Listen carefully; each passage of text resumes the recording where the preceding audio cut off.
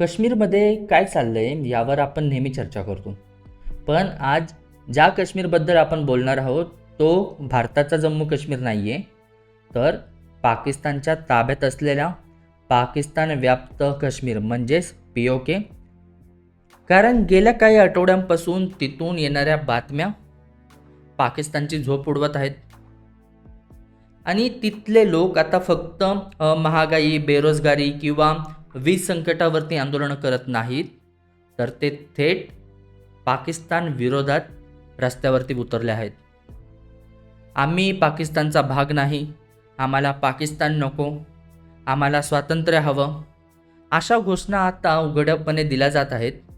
आणि त्यामुळे एक मोठा प्रश्न निर्माण झाला आहे की पाकिस्तान आपल्या ताब्यातील काश्मीरवरील पकड गमावत चाललाय का? POKमध्ये सुरू असलेली ही बंडाची ठिणगी पुढे मोठ्या आगीचं रूप घेणार का? आणि याचा सर्वात मोठा फायदा भारताला होऊ शकतो का? चला संपूर्ण विषय आपण आधी समजून घेऊया. नमस्कार, मी Marathi common man Rish, and never ever underestimate the power of a common man.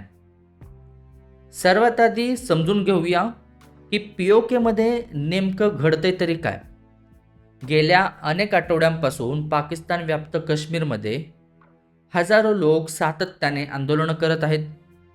सुरुवातीला आंदोलनाचं कारण होतं वाढती महागाई, वीज दरवाढ, बेरोजगारी आणि सरकारचं अपयश. पण जसजसा काळ पुढे गेला तसं हे आंदोलन पाकिस्तान विरोधी आंदोलन बनत गेलं. आज परिस्थिती अशी आहे जी लोक उघडपणे पाकिस्तान विरोधात घोषणा देत आहेत. ते म्हणत आहेत की आम्ही पाकिस्तानचा भाग नाही आहे, आम्हाला पाकिस्तान नको आहे, आम्हाला आमचं स्वातंत्र्य हवं आहे. आणि ही गोष्ट पाकिस्तानसाठी खूप मोठा धक्का देणारी आहे. कारण दशकानुदशके पाकिस्तान जगभर काश्मीरच्या नावावरती प्रचार करत आला, भारतावरती आरोप करत आलाय, भारतामध्ये वेगवेगळेपणाची भावना निर्माण करण्याचा प्रयत्न करत आलाय. पण आज त्याच पाकिस्तानच्या ताब्यात असलेल्या भागात त्याच विरोधात स्वातंत्र्याच्या घोषणा. आणि यापेक्षा मोठी विडंबना दुसरी कोणती असू शकते का? आता प्रश्न पडतो, लोक एवढे संतप्त का झालेत? याचं पहिलं कारण आहे विकासाचा पूर्ण अभाव.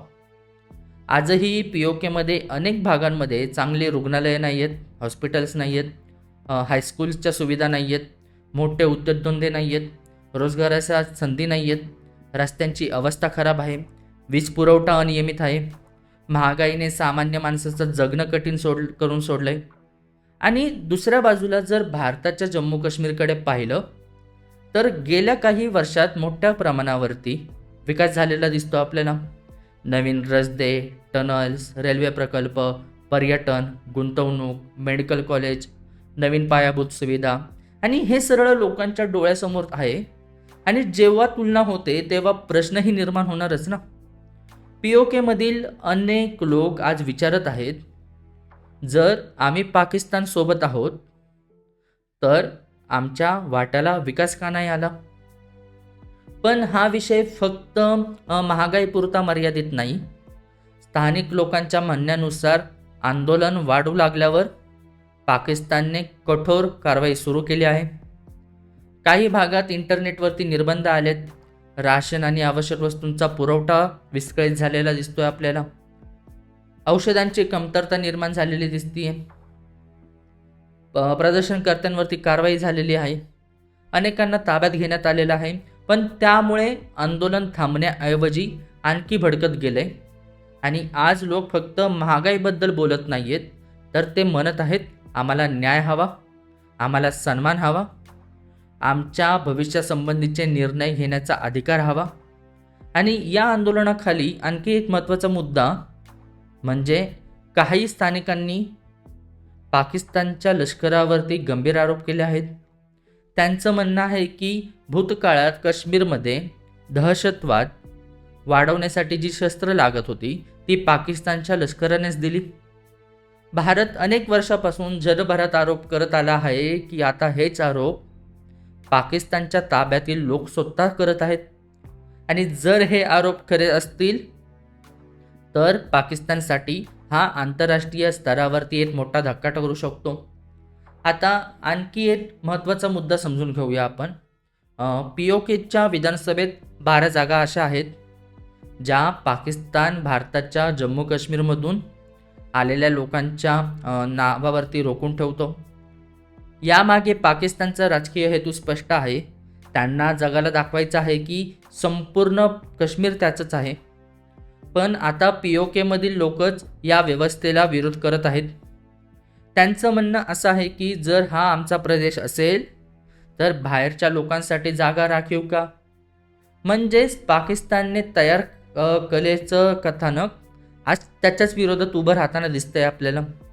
आणि आता मोठा प्रश्न, POK खरंच पाकिस्तानपासून वेगळा होणार का? होऊ शकतो का? आणि याचं उत्तर इतकं सोपं नाही आहे. कारण कोणताही प्रदेश फक्त आंदोलनामुळे स्वतंत्र होत नाही, तर त्यामागे आंतरराष्ट्रीय राजकारणं असतात, लष्करी समीकरणं असतात, स्थानिक नेतृत्व असतं, कायदेशीर प्रक्रिया असतात. आणि आजच्या घडीला पाकिस्तान सहजपणे हा भाग सोडेल असं वाटत तर नाही आपल्याला. इतिहास सांगतो की पाकिस्तान अशा आंदोलनांवरती अनेकदा बळाचा वापर करून नियंत्रण आणण्याचा प्रयत्न करतो. पण एक गोष्ट निश्चित आहे, POKमध्ये पाकिस्तान विरोधी असंतोष आजवर इतका कधी नव्हता. तो इतका वाढलेला दिसतोय आता आपल्याला. आणि ही पाकिस्तानसाठी अत्यंत गंभीर बाब आहे. आणि तसंच पाकिस्तान आधीच्या अनेक संकटांमध्ये अडकलेला दिसतोय आपल्याला. एकीकडे आर्थिक संकट आहे, दुसरीकडे वाढतं कर्ज आहे, तिसरीकडे राजकीय अस्थिरता आहे, इम्रान खान प्रकरण, बलुचिस्तानमधील ते आंदोलनं, TTPचे हल्ले, अफगाण सीमेवरती तणाव आणि आता POKमधलं वाढतं बंड. म्हणजेच पाकिस्तान एकाच वेळी अनेक आघाड्यांवरती अडचणीत सापडलेला दिसतोय आपल्याला. म्हणूनच अनेक तज्ज्ञांचं मत असं आहे की पाकिस्तानने वेळेत परिस्थिती हाताळली पाहिजे. आणि जर ती हाताळली नाही तर पुढच्या काळात त्याच्यासाठी संकटं आणखी गंभीर होऊ शकतात. पण इथे एक गोष्ट स्पष्ट सांगणं आवश्यक आहे. आज आंदोलन सुरू आहे म्हणून उद्याचं POK पाकिस्तानपासून वेगळा होईल असं म्हणणं योग्य ठरणार नाही. जमिनीवरील वास्तव्य अधिक गुंतागुंतीचे असतात, राजकीय निर्णयांना वेळ लागतो, आंतरराष्ट्रीय राजकारणातही दबावही वेगळा असतो, महत्त्वाचा असतो. म्हणून सध्या इतकंच आपल्याला म्हणता येईल की पाकिस्तान व्यापक काश्मीरमध्ये पाकिस्तान विरोधी भावना मोठ्या प्रमाणात वाढलेली दिसते आपल्याला. आणि त्यामुळे इस्लामाबादची डोकेदुखी निश्चितच वाढलेली आहे. बाकी तुम्हाला काय वाटतंय? पाकिस्तान आपल्या ताब्यातील काश्मीरमधील लोकांचा विश्वास गमावत चाललेला आहे का? POKमध्ये सुरू झालेलं हे आंदोलन पुढे मोठ्या राजकीय बदलाचं कारण ठरू शकतं का? की पाकिस्तान नेहमीप्रमाणे हे आंदोलनही दडपून टाकेल? तुमचं मत कमेंटमध्ये नक्की सांगा. आणि व्हिडिओ आवडला असेल तर लाईक आणि शेअर करा. आणि अशा सखोल विश्लेषणासाठी मी मराठी कॉमन मॅन चॅनलला सबस्क्राईब करायला विसरू नका.